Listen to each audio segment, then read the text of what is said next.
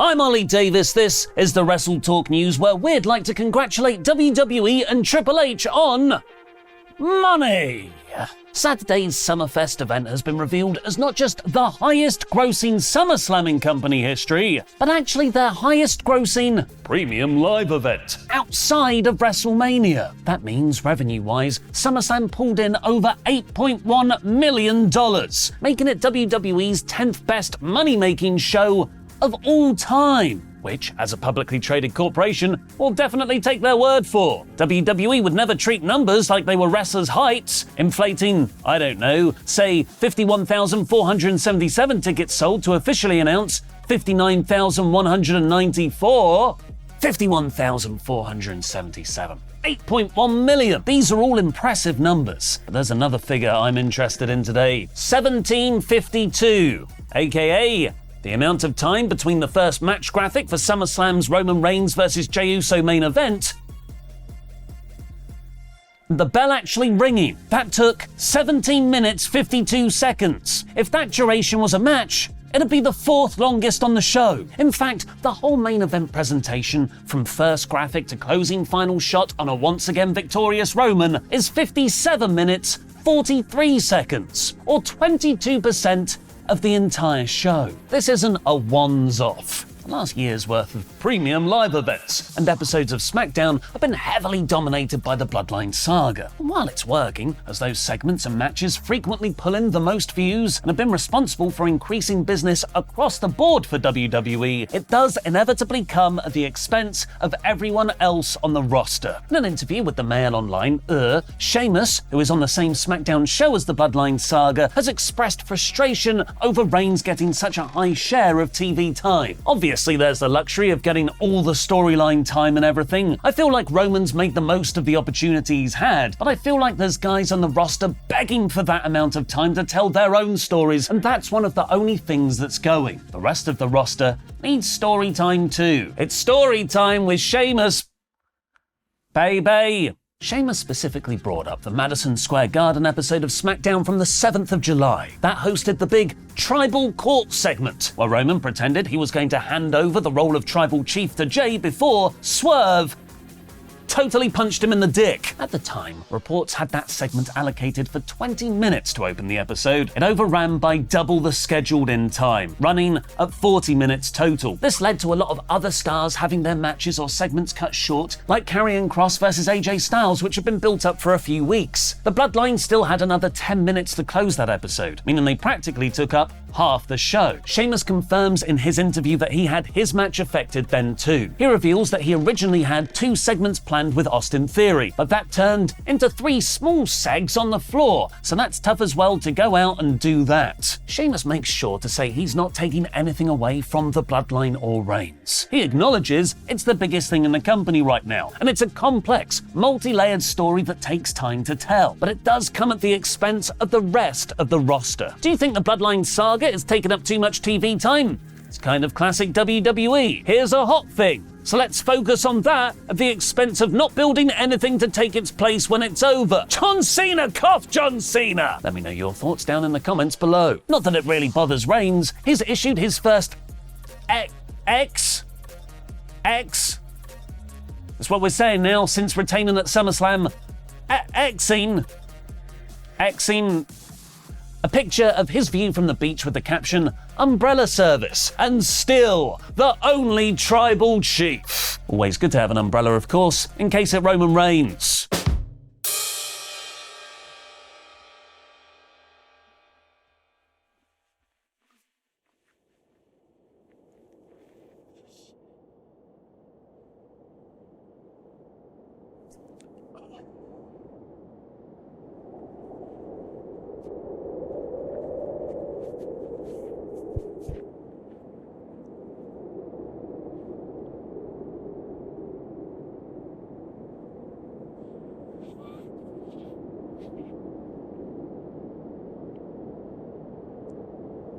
What am I doing with my life?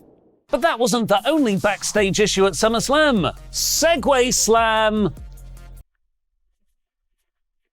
There was also whatever the that MMA match was. The decade-plus spanning feud of Ronda Rousey versus Shayna Baszler somehow came together in a 5-minute video package on the other week's episode of Raw. With Baszler delivering such an emotional performance, her sudden turn on Ronda at Money in the Bank felt retroactively foreshadowed. While fitting with their shared MMA past, their actual SummerSlam match was unfortunately made awkward by the new MMA rules stipulation. The idea was this was going to look and feel like an MMA fight, but sports entertainment rules like 10 counts and not adhering to the ref stoppage decision undermine that credibility. WWE tried to book a match that would cater to both wrestling and MMA fans and ended up serving neither. Apparently this tension ran through the entire creative process, as Dave Meltzer has revealed on Wrestling Observer Radio. There were issues between WWE creative and them as far as how it was going to go. And you don't have knockdowns in an MMA fight and do 10 counts or whatever, but it's like you have some people stuck in one mentality of combat and others in another, and I think that it kind of hurt that. Meltzer has followed up on F4W Online that the match was Rousey's WWE farewell, at least for now, and that she's not expected back at any specific date. This is why she took her first ever submission loss in WWE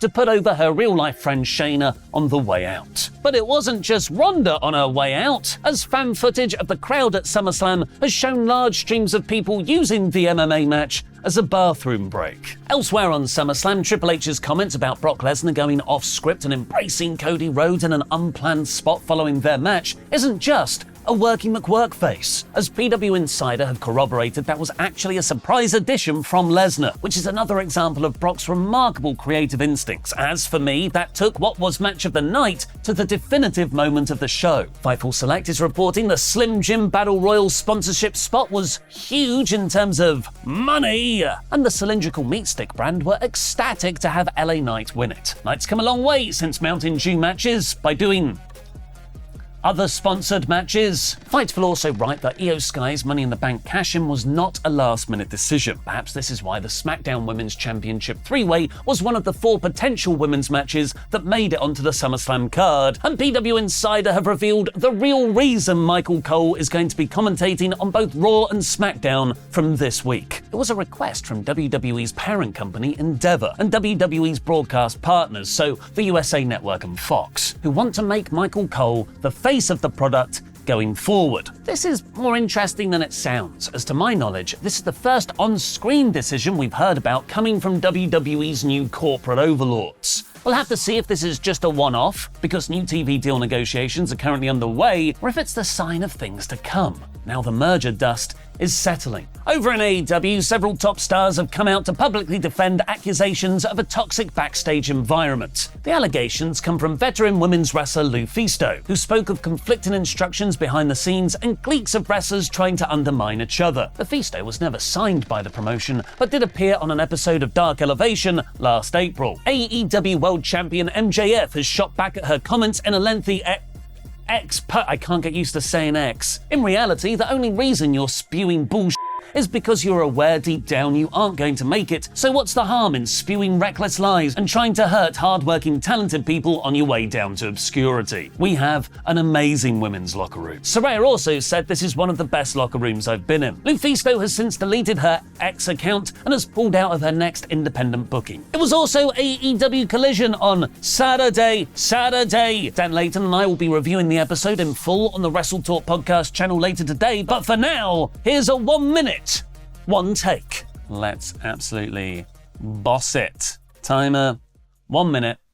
FTR beat Big Bill and Brian Cage in a really good match. FTR called out the Young Bucks for All In After to decide the best team in history. CM Punk versus Kenny Omega confirmed. Chris Statlander got beaten up by Mercedes Martinez for the whole match, then just eked out a win at the end. Diamante turned on Chris after for Willow to make the save. Samoa Joe squashed Serpentico in the quickest Collision match ever, then called out CM Punk for All In. The Acclaim say Daddy Ass really has retired. House of Black beat Action Andretti, Darius Martin and Lee Johnson. A random graphic then just announced House of Black versus CMFTR for the Trios titles next week. What? Christian turned heel on his own daughter. The Bang Bang Gang are my favourite faction right now. Jay White beat Metalik and CM Punk beat Ricky Starks in a solid main event with guest enforcer Ricky Steamboat counting the final pin. Starks attacked Steamboat afterwards because that's the only way they could get South Carolina to cheer for Punk.